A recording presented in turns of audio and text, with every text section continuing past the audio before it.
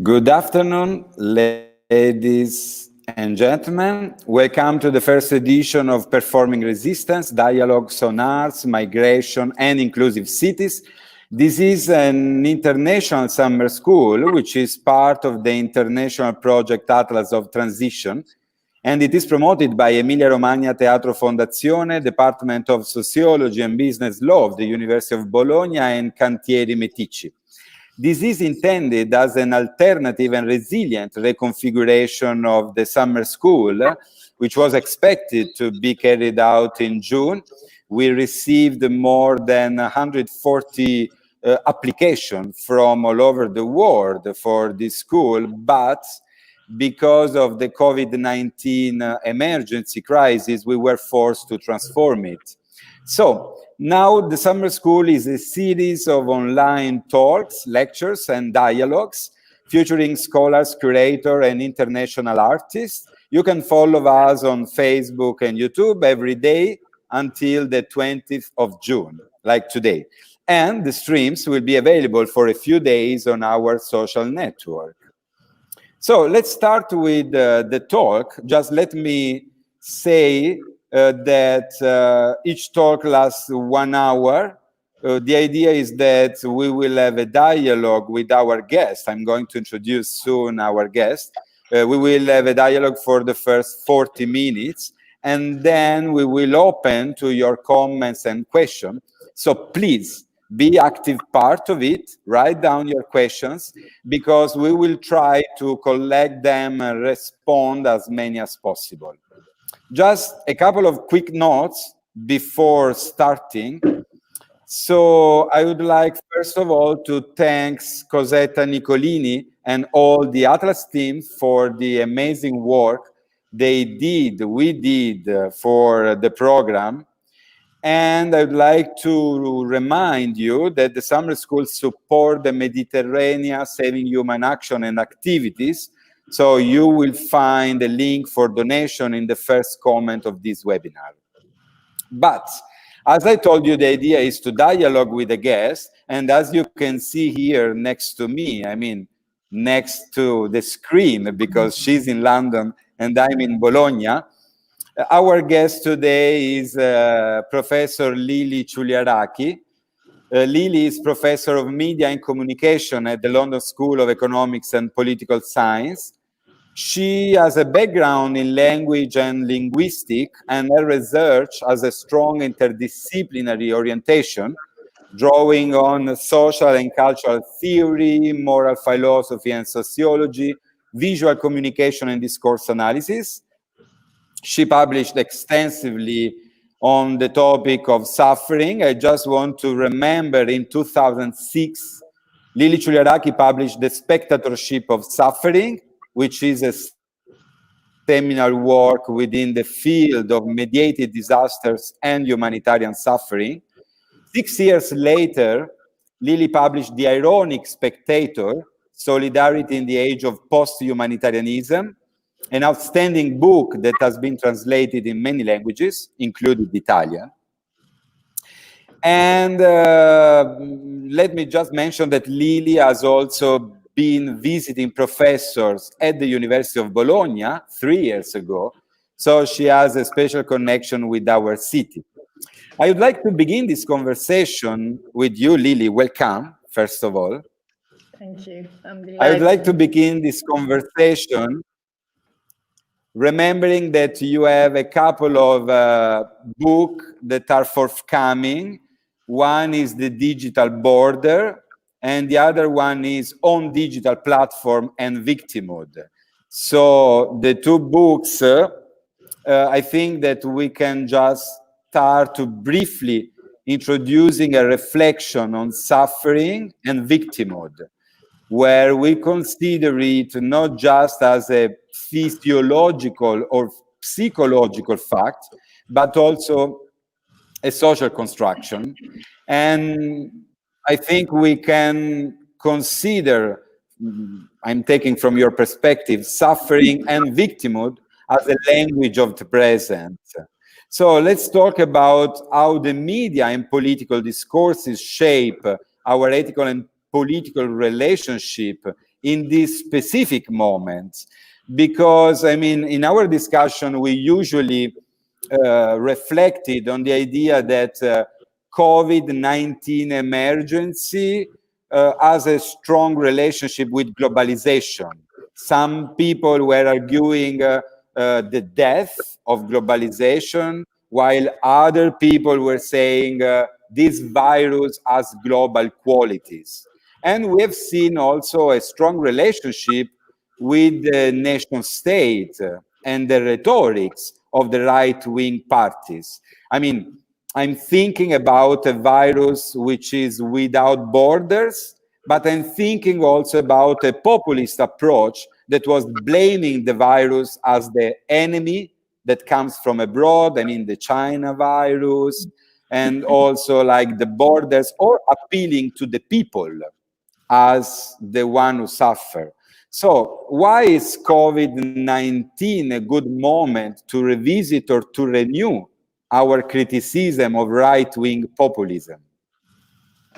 Well, thank you, Pierluigi, and thank you for this question that is right at the heart of what I am working on right now. As you said, I'm writing a book on victimhood in the contemporary moment, and I had to rethink very quickly how to update our criticism of the role of victimhood in public discourse today from the perspective of the pandemic, because the pandemic amplified, radicalized that moment of victimhood. And we need to ask new questions about how populism, its claim to care for victims, and the pandemic come together.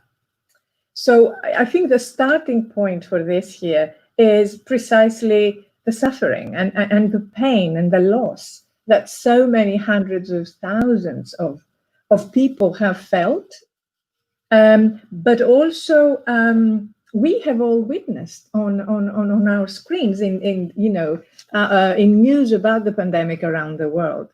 And this loss, however, was particularly felt in countries ruled by right-wing authoritarian populists, as you just mentioned. So the three most deadly records of the pandemic are currently held, just to remind everybody, by the United States, then Brazil, that just overtook the UK a week ago, and at the third place, there is the UK with, I think this week, approaching 50,000 deaths. So I think this record of suffering is an important opportunity for us to renew, as you said, our criticism of populism, and to ask new questions from which to criticize and deconstruct, particularly the authoritarian populism of the right wing. Of course, populism has already been criticized. We know that from a progressive point of view, from conservative liberals. They have already developed critiques of populism, the rejection of expert systems, the lack of policy making and planning in its political projects, the over-reliance on emotions and the creation of affective publics, the emphasis on division and on the kind of a national introvertedness. All of this has been thoroughly criticized. So when we talk about populism, we do not talk about an area that has not been already deconstructed and critiqued. But I think there is a new paradox that comes into play when COVID appears 3 months ago. And the paradox, if I may kind of describe it very simply, is the following. While the highest numbers of deaths, as I just said, occurred in countries ruled by right-wing populist leaders, the rhetoric of populism itself, its own self-description, so to speak, is all about protecting people from pain and loss, from the threat of some external other. So take back control, make America great again. The forgotten will never be forgotten. That was the political mandate of Trump, for instance, in his inauguration day.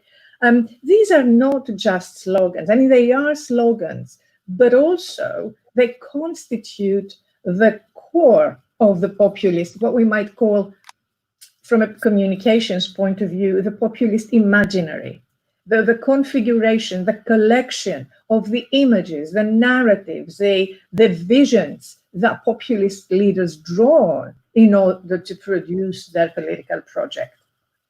So the people, us, in other words, as a victim under threat from an external enemy, and the leader as a figure of consolation and salvation, are essential for the populist imaginary to survive and, in fact, to dominate. It's been dominating in the past 4 or 5 years.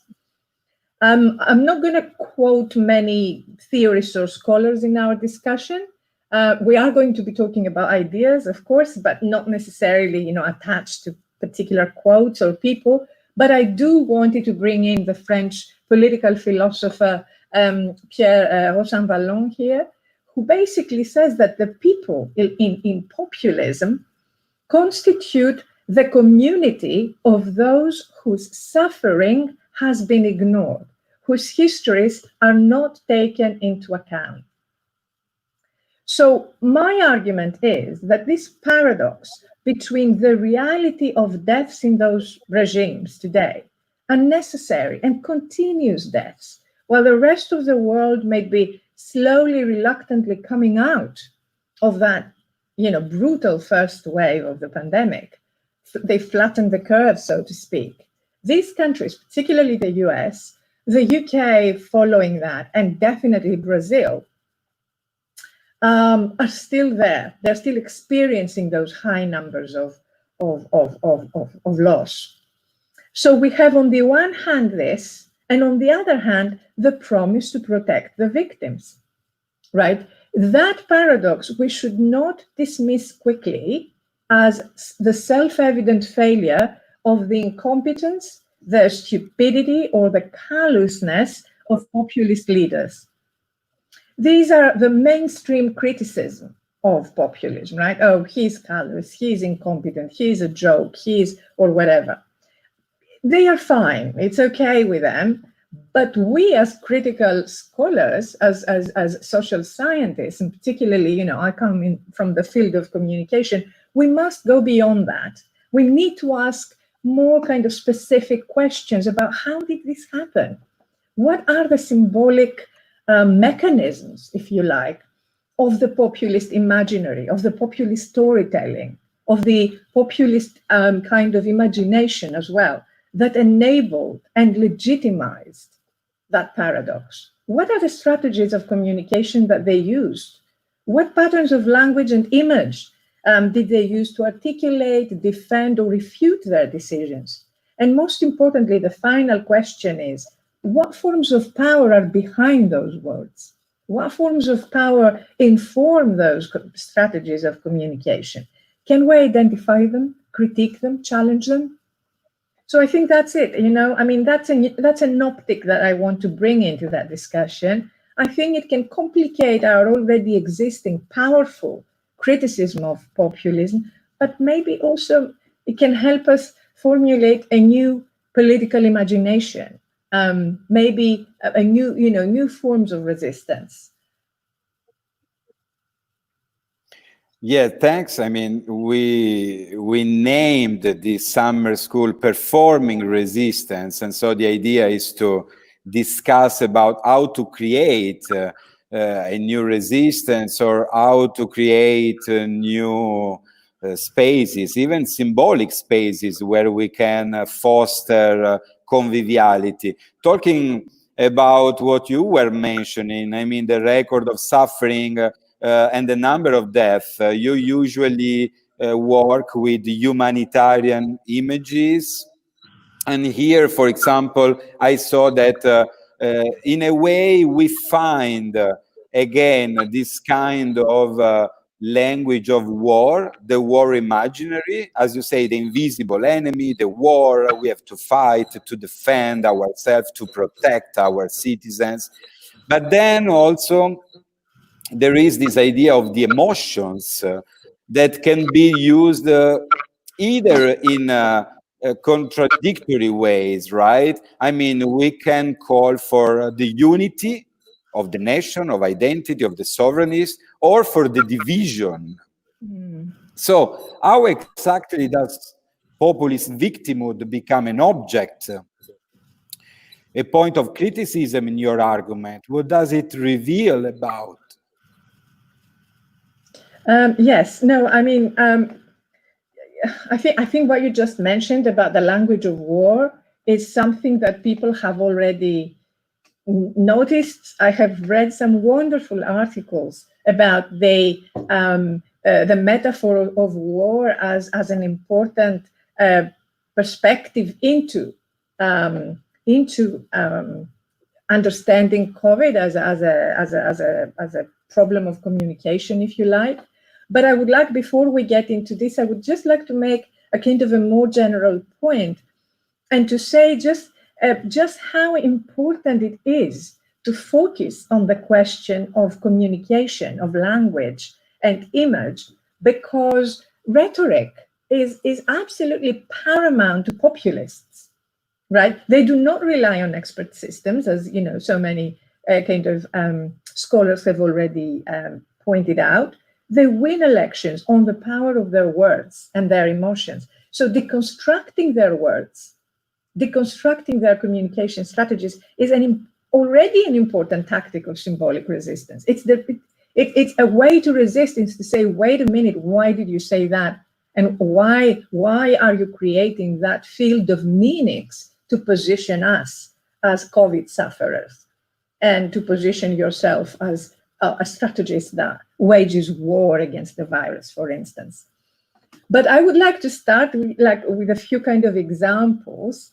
The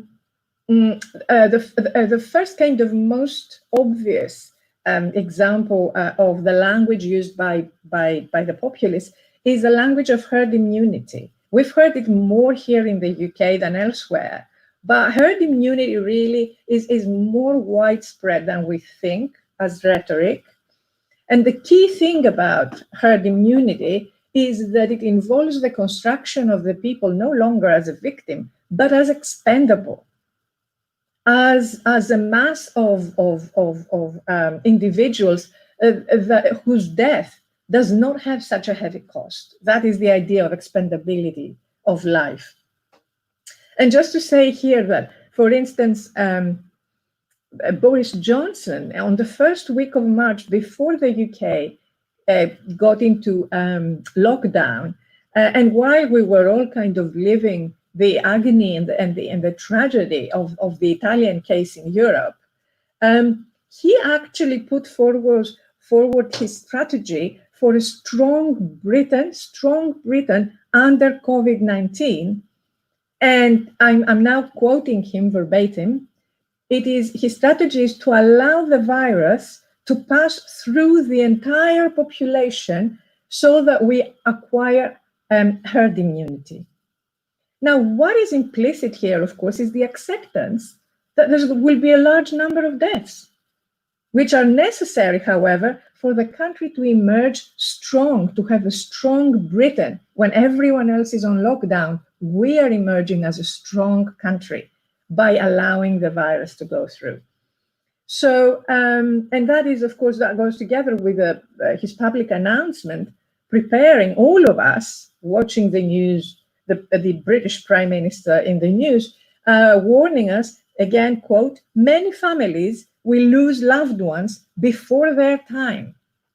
So we can see here how herd immunity intersects with the vocabulary of war. When do families lose people?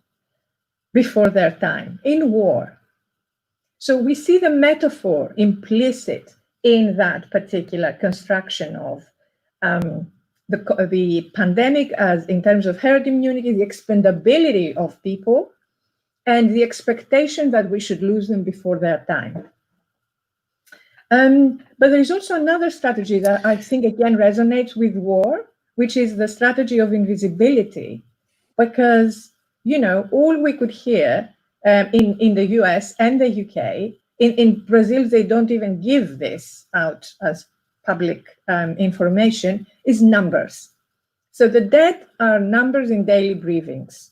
And we know how, numerification is basically a strategy of invisibility, because it kind of retracts from the individuality and a particular emotional charge of each individual death. But within that invisibility, we have another kind of an internal manipulation where some dead were even excluded from that form of representation of the number.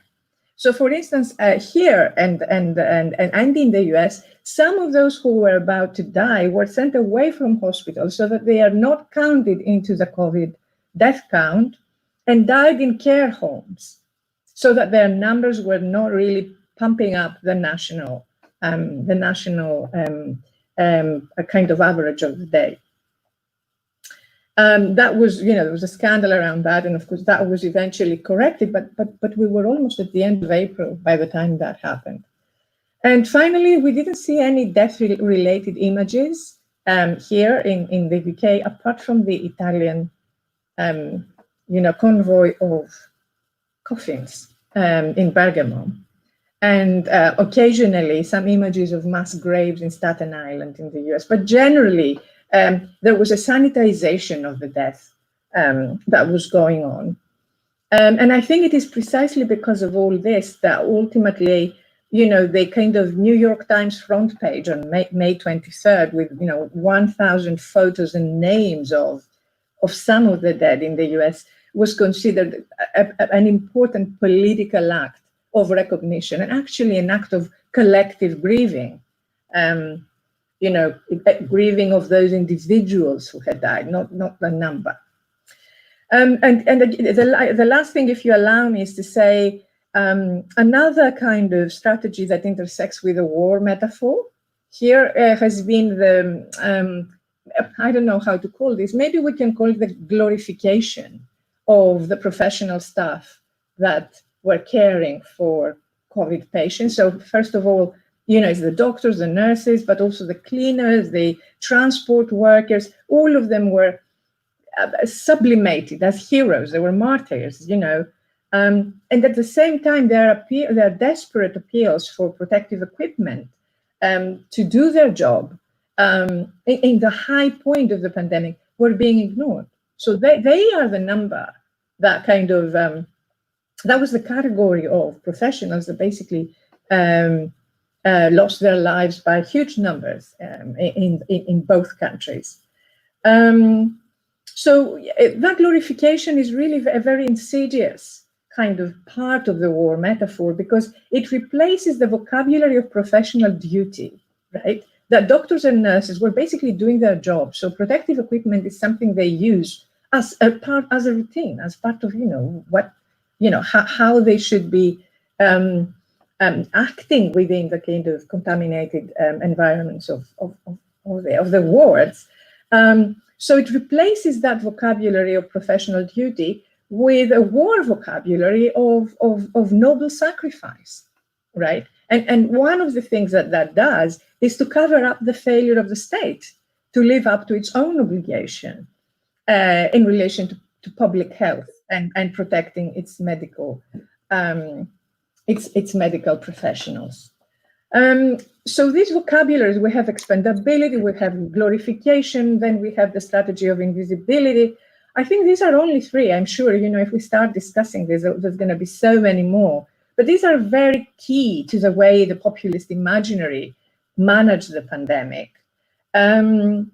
And I would say that all of them reveal what we might call maybe a crisis of representation of the populist imaginary.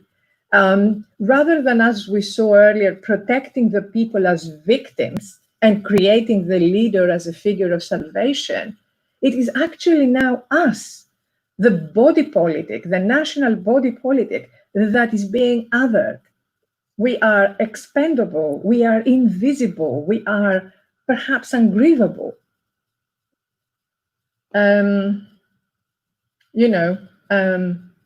So from the optic of the pandemic, populism is a threat to the people. There are no others. We have become its others. Yes.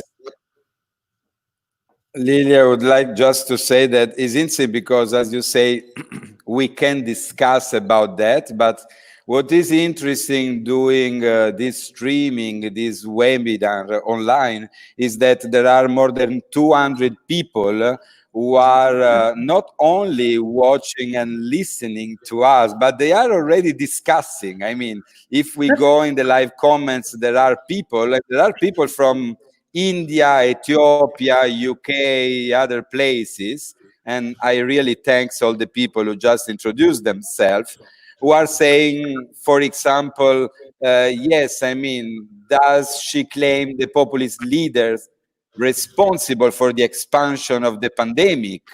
Or, I mean, we are in a dystopian world, but I will pick up more comments and questions later. I just want to stay on that. I mean, I agree with you about this crisis of representation. I mean, what happens is that in a way we find a sort of Tunisia too. Yes, I mean, people from Tunisia, Portugal, great. It's from really everywhere, talking about cosmopolitanism and globalization beyond the borders. Thanks.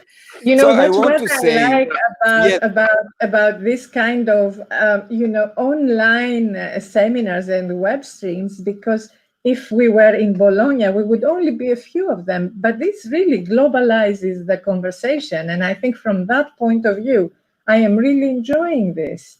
You know, there is no limit; yeah, everyone can be yeah. online. How good! It, it is true, and it would be great. I mean, also to have a discussion with other people. I mean, people from Nigeria or from Jordan are writing down, saying that maybe like the paradox of rhetorics, it's quite different. But let's stay on that because, I mean, we talk about the different of representation and the images. Usually we see from a humanitarian perspective that there are the heroes, the saviors, and the victims, and there are us, as usually, you know, the angels or whatever. In this case, is like a crisis because also the victims are us. I'm thinking about the difference when there is, I don't know, a war or the so-called refugee migrant crisis, and for example, an earthquake here, where, you know, you don't see death, you don't see, I mean, bodies. You just see, as you say, numbers, you see pain, but you don't see this kind of pornographic images, right? So what about migrants and refugees? How do they figure in the populist imaginary of this kind of crisis? Um, I mean, that really is a complicated question. I don't think it figures in one way, and I think actually this is just the beginning of looking into those multiple representations of different social groups within our political imaginaries. Now I'm looking at the populist imaginary, but of course we can look at everything. So I would say this is an agenda.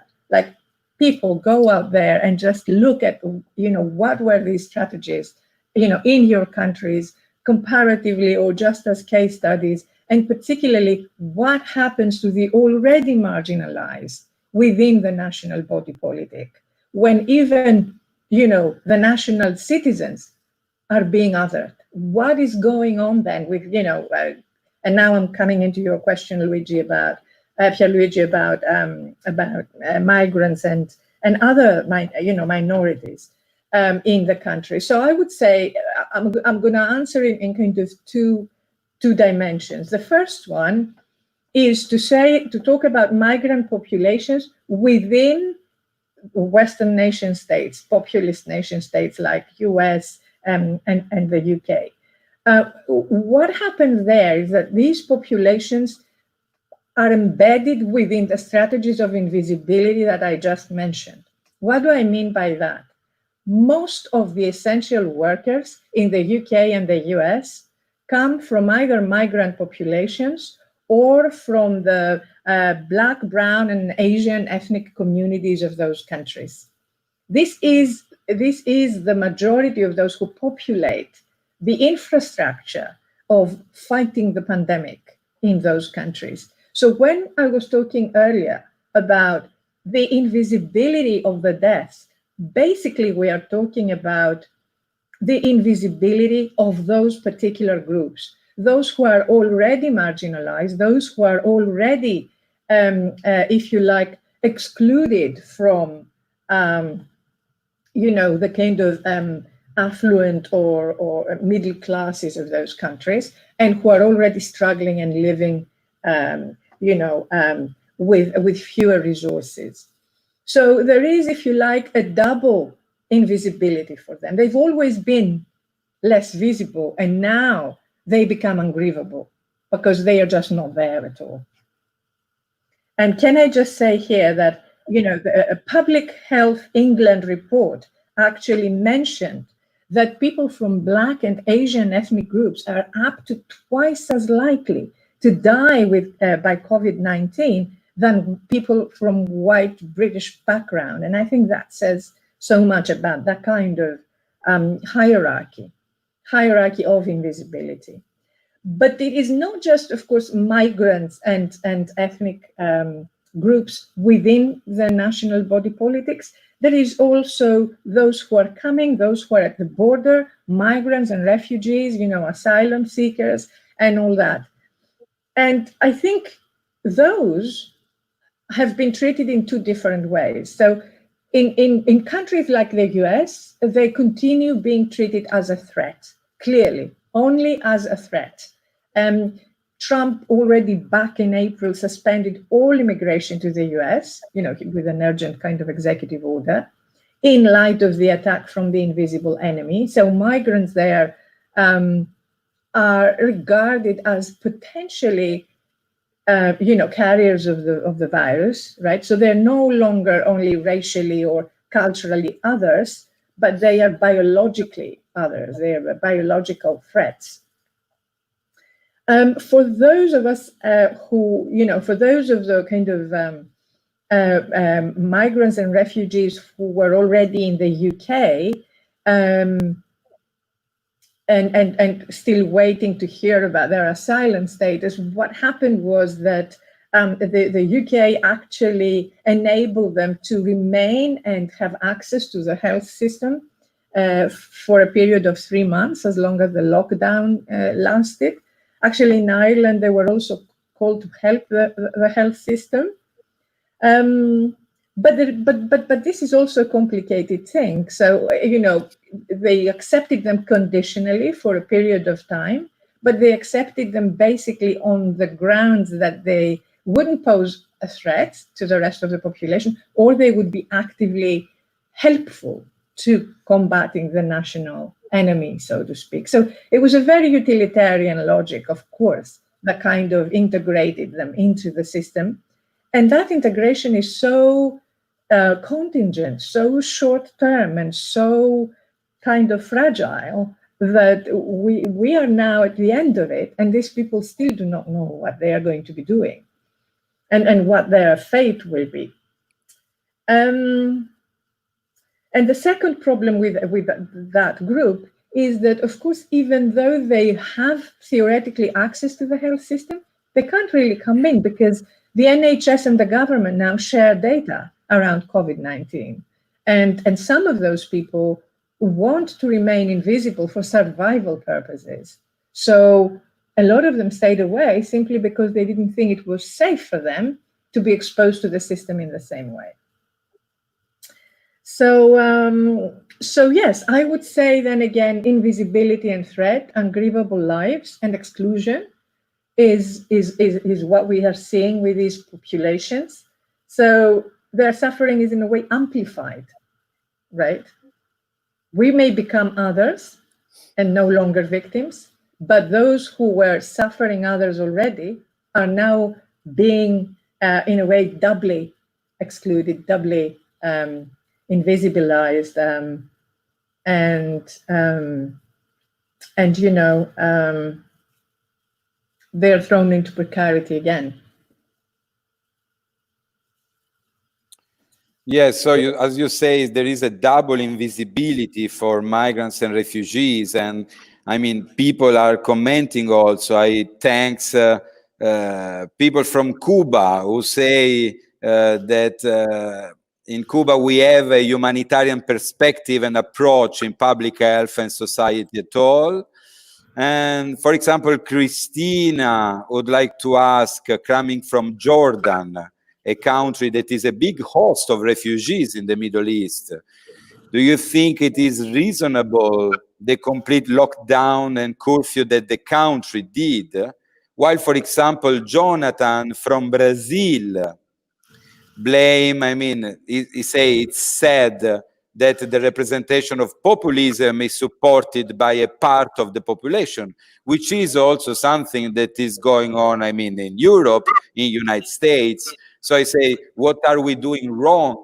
We need to convince people that they are being manipulated. And then I would like to ask you, I mean, what is the story so far? What does this analysis tell us about forms of power at play in populism? Yes. I mean, I just want to address, because the comment from Brazil, actually, it does hit a nerve, because that is true. We can talk about a crisis of discourse and a crisis of representation for the populist imaginary under COVID, definitely. But at the same time, what does that really mean politically? Does it mean the collapse of the populist project as a viable politics, as an option for the next for the next elections? We do not know that. And I'm not going to say that just because their communication strategies have collapsed to the extent that they have, that this necessarily translates into, you know, a kind of tout-court kind of political defeat. I'm not saying that, but I'm saying that there are cracks and that we need to kind of go deep into those cracks and start speaking about them openly. And now is the moment, because now it is now that this is actually happening.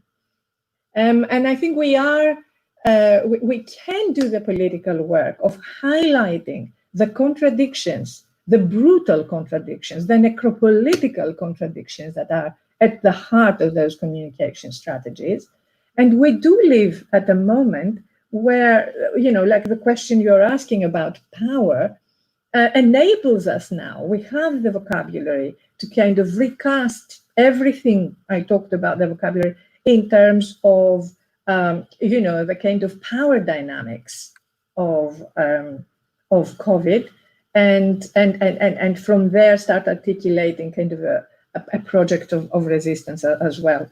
So I would say that I've already mentioned it, but what I wanted to say is that I think the vocabulary of populism during COVID basically supported and legitimized a necropolitical project of power, right? Wherever you have invisible sufferers, war metaphors, ungrievable lives, a glorification of those who are trying to care and at the same time die, right? We are no longer talking about a kind of a positive or kind of civic biopolitics, a biopolitics that I'm sure Foucault would agree. The biopolitical project has a positive side to it. It's not all negative. Biopolitics is the relationship between life and politics, and it can be at the service of any political rationality that mobilizes those power relations to particular effects. So we can have a biopolitics that protects. We can have a biopolitical kind of matrix of, let's say, measures of social distancing, caring for one another by wearing masks, using antibac. All of this could be called, you know, positive biopolitics. And I was just reading an article by a junior scholar at German junior scholar. His name is Schubert, who is actually talking about democratic biopolitics in the context of the pandemic. How can we actually mobilize the politics of life in favor of kind of helping each other survive under these conditions, right? But what we are seeing with populism is that a biopolitical project of protecting people collapsed precisely because it was articulated not with discourses of civic care and solidarity, but with a neoliberal economic discourse of economies surviving and a kind of a project of national sovereignty that was embedded within, again, the neoliberal construction of the global order as an order primarily of free-reigning economic powers that need to survive rather than others are going down.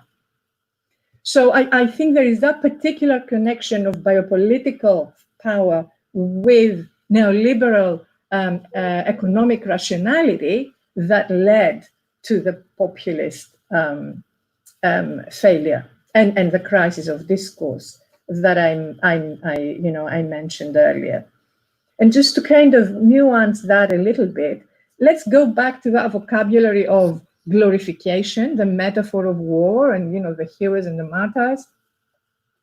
I mean, that idea that the people who die are heroes, when in fact they were working in health systems depleted by a decade of neoliberal austerity and cuts, right, is precisely what I think throws into relief the connection of biopolitics and the economy in the kind of the populist imaginary today. And I would say in the UK and the US, all these demonstrations about let's go out, we are free, we don't want to wear masks, early openings of schools, we want to go traveling, shops, all of this again is a kind of a neoliberal biopolitics that's informed by an economist logic, I think. That basically blocked any possibility for solidarity and care in the civic body. So yeah, does that make any sense? Yes, I mean, it makes sense, and I can tell you that really, because while listening to you, I'm reading also the many comments that we have live. Yeah, and then it's interesting because, yes, of course, I mean, what you were saying, I was thinking also about that this kind of biopolitics, it's related with a sort of utilitarian neoliberal approach that kind of submit our lives to the sovereignty of capital and death. And I was thinking, for example, that when we think about security, we forget about the double meaning of security because we are used to think, or we are invited to think about security as control, repression, and not about care, which is another aspect of security. I would like just to pick again here. No, go ahead. I pick some comments to ask you something more. I don't know, for example, Lorenza Ippolito say, thank you for your very interesting ideas. I was interested in discussing the way that the charismatic British leader has co-opted the language of minorities to placate mainly in his speech. Han Mansour say, read your article, Photojournalism as Political Encounter, and I wonder if photojournalism might be a tool to resist populist dehumanization, or is it this excessive visualization of suffering that is contributing in a numbness, indifference in the society? And then again, Sarah Poor, for example, she's mentioning Alan Kurdi and this kind of iconic image on the beach and the consequences. And she asked if there are any images that have had same strength in this crisis.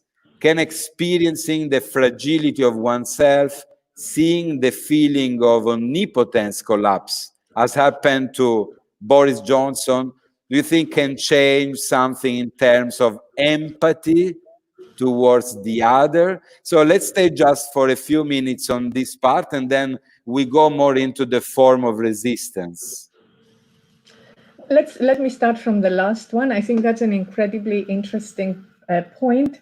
I think the visualizations of illness were in general invisible, but I think what happened in this country with the illness of Boris Johnson was, of course, a big moment, also a big representational moment, because you could suddenly see, the sovereign as who is supposed to be, the figure of salvation, never was, but nonetheless is now turning around and becomes himself the victim.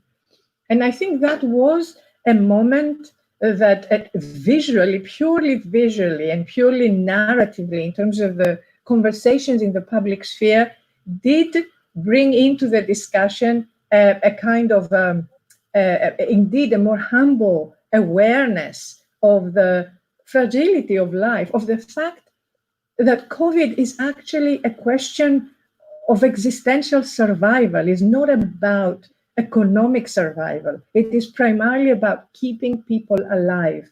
So momentarily, I think we could see a disentangling of, neoliberal, the neoliberal rationality from the biopolitics of care. Unfortunately, that moment was nothing more than momentary.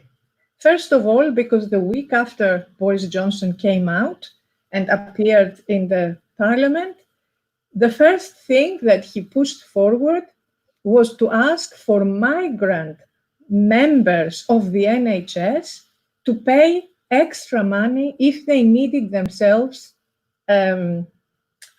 care and draw upon the medical services of the health system. So the same people who actually treated him and who he thanked publicly as a vulnerable figure coming out of the ITU, of the intensive care, I think his nurses were from Portugal and, I can't remember, I think either Morocco and Portugal, or two countries that were not part of the national body politic in the UK,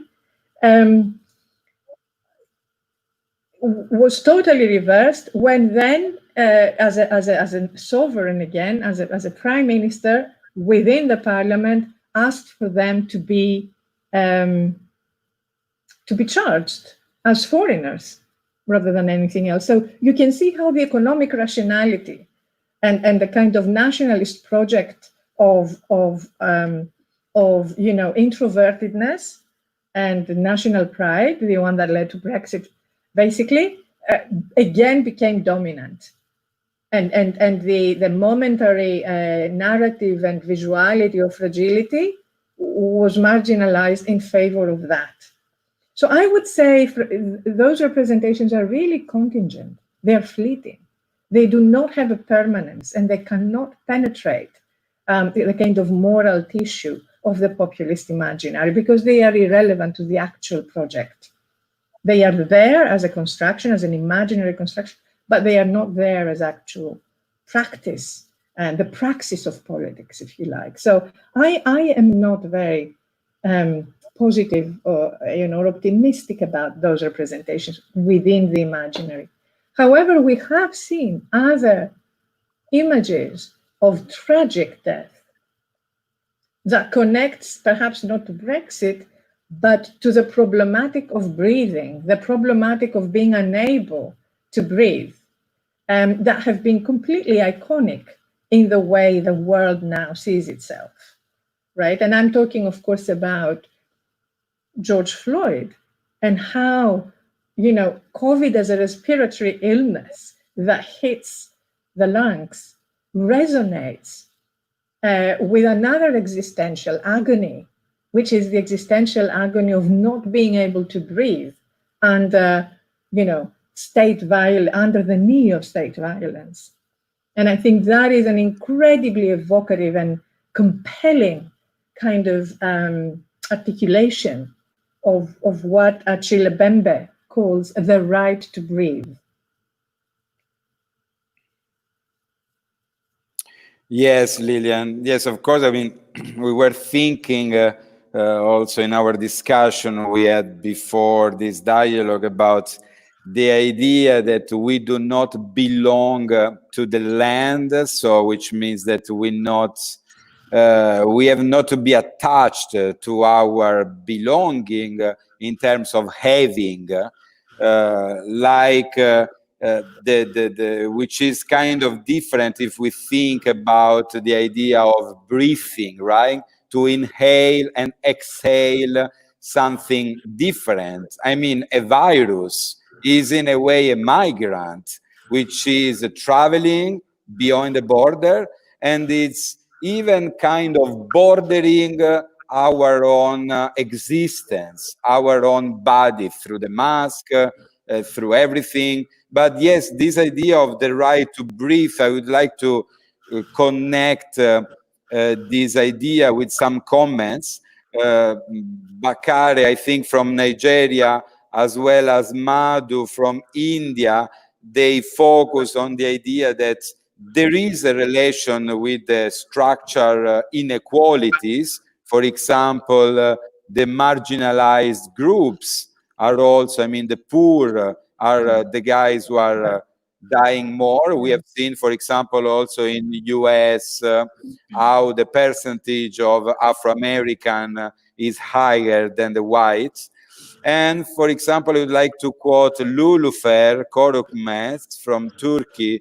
She asked, what is your observation of NGOs, activist narratives regarding populism and victimhood? And I would like to connect this observation with the comments of Melissa and Robin, who ask about what form does resistance take in the current moment. So in the US, Black Lives Matter. So whether this will translate into concrete change in the US, but I would say not only in the US, and whether it can be translated to a global movement is still in the balance. If you can comment about this right to breathe, can it be a full political program of social change? We don't know yet, do we? I mean, we do not know whether it is, it is not a fully articulated program of social change. But I think what it does is that it gives us, if you like, the contours of a horizon of resistance that we didn't have before in quite that form. And I think that, again, the attention to communication and the vocabulary is really important here, because what we are seeing at this particular moment is, again, a kind of demand for a politics of life, which brings together claims to pain and loss with protests against structural injustice and particularly racism, with demands to stop border exclusion and death. And I think it is precisely that configuration of different demands and different, dimensions of existence that, however, all have the same existential dimension. We need to breathe. So the way I understand the concept of breathing here, and particularly Achille Mbembe's concept of the right to breathe, is that really breathing goes beyond the biological aspect of it. And that's actually something Mbembe himself is talking about, to encompass what we might call social breathing as well, the possibility to live life without gasping for breath, if you like, whether because of a virus, because of a life of oppression, structural racism, or poverty. And we are seeing now how these different claims for the right to breathe are coming together in a politics of life that brings together migrants and refugees, their right to live, not drown, not to be able to breathe underwater. A response to the kind of populist brutality around COVID, again, a disease of respiratory failure, causing deaths that are not only unnecessary, but deeply unequal. And finally, the George Floyd kind of world-changing words, "I can't breathe," that again throw into relief the necropolitics of race at work in the contemporary US.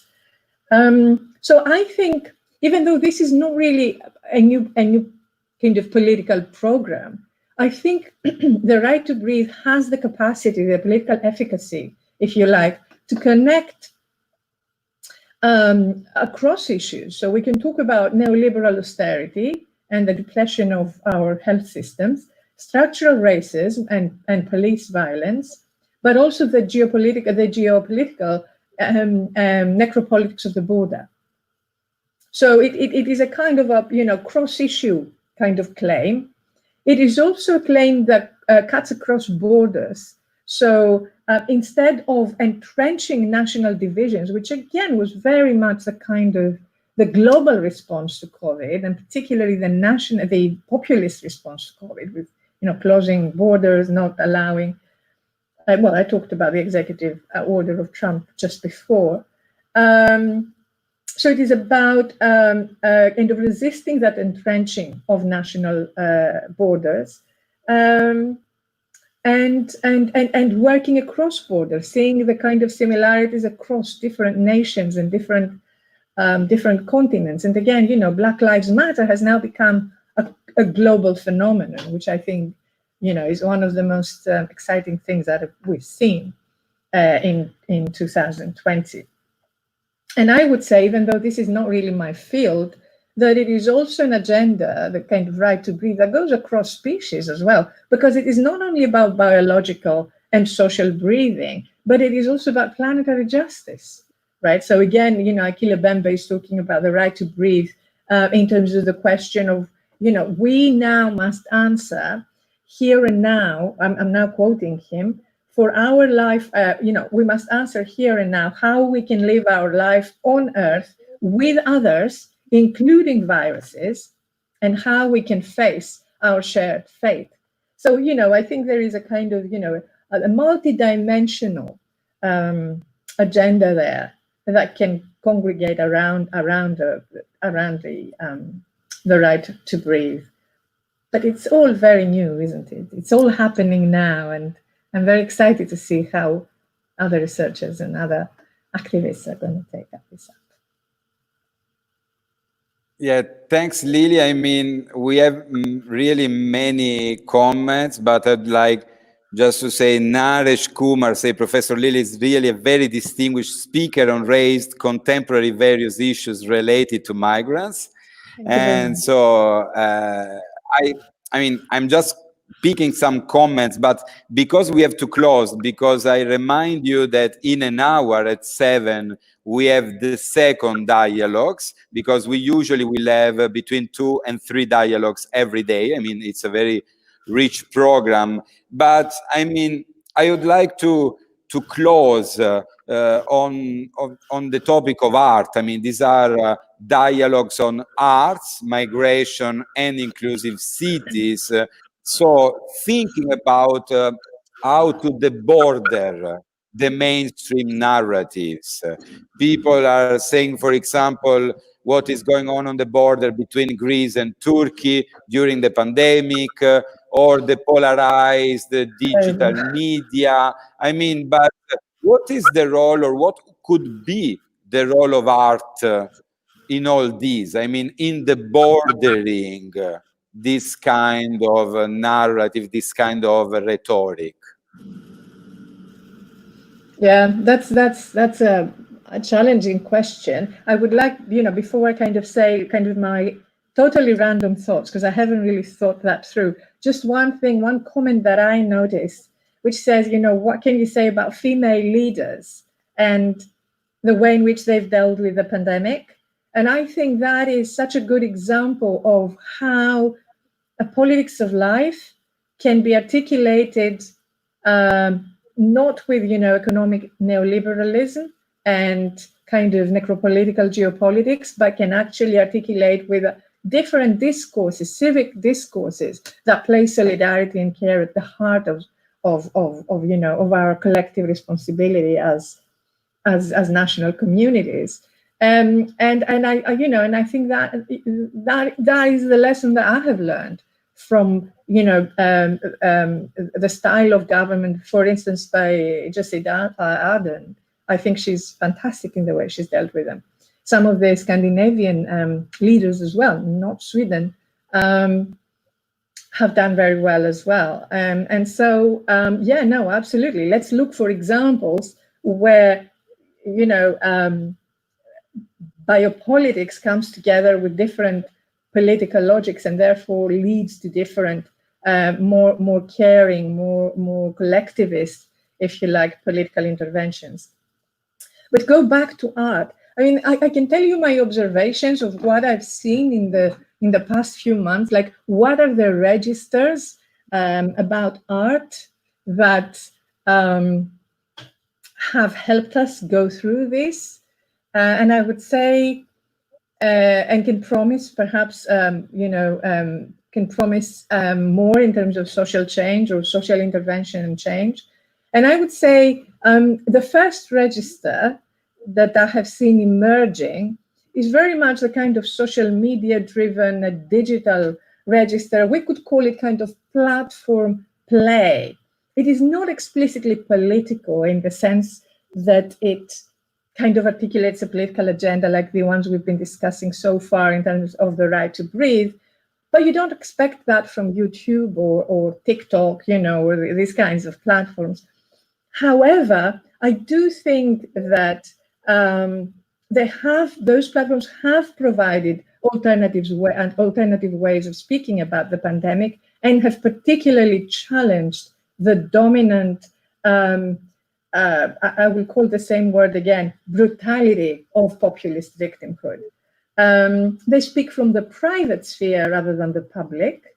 And so, the collectivities that they create are more effective rather than, political, as I said.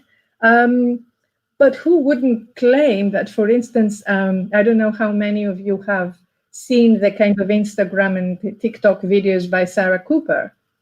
She became like a big celebrity figure around the world for basically karaokeing Trump's claims about COVID.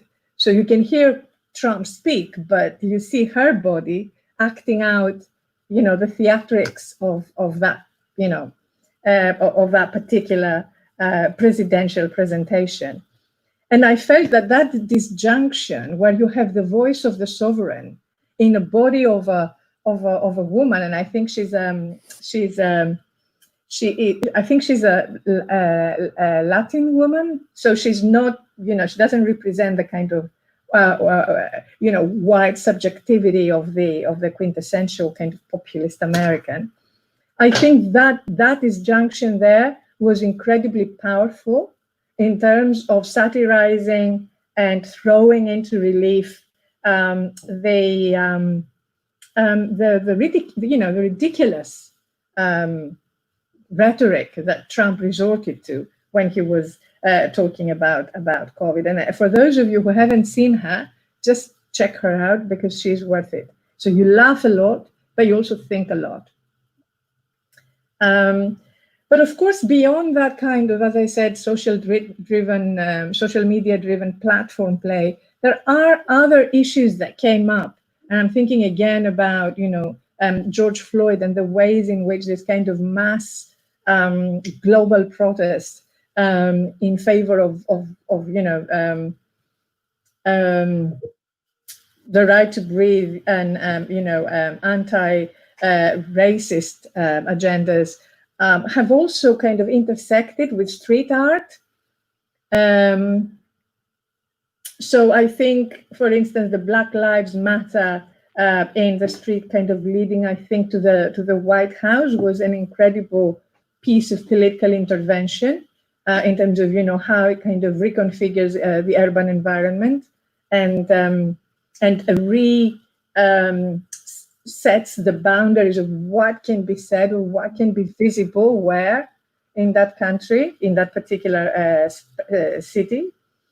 Another kind of similar connection between political activism and art, urban art, that has been going on in this country particularly, but maybe in the US as well, I'm not sure, is the status of statues of figures with a racist, past, basically, and how that whole idea of art in public space has become a site of struggle over memory and identity. So I would say those two are some of the things we have seen where art, different forms of popular art or kind of more traditional urban registers of art, have come to articulate a new problematic around, the politics of life under the pandemic circumstances. Yes, thanks. I think you mentioned just a few, but I saw also in the live comments that people are mentioning several positive examples. Also about the impacts of art, because as some people are stressing, art is interesting and is useful, is fundamental in order to establish empathy or to raise awareness, or even, yes, for the call for action. And then there is this kind of step from solidarity to justice, right? So, Lilie, I really would like to thank you. You, as always, listening to you as well as reading your article and books is very good food for thoughts, but let me say also for feelings and for action, because this is interesting that, I mean, we can discuss about that, but then from discussion, there are different kind of feelings and, I mean, actions and projects that we can develop. So really, I would like to thank you for being part of this summer school. And I would like to thank you all the hundreds of participants, and to remember that we will be online until Saturday, every day at midday, at 5 and at 7. And I mean, maybe in the next dialogues, we will develop more even the part about art and how to perform our resistance in the contemporary society. So thanks again, Lilie. No, I thank you very much. And thank you all for your comments. They are incredible. I'm trying to read them all. I can't answer them all, but I wish I was there so we can all discuss together. Well, I wish there was somewhere where we can all be and discuss them for the rest of the evening. But thank you so much. It's been a pleasure.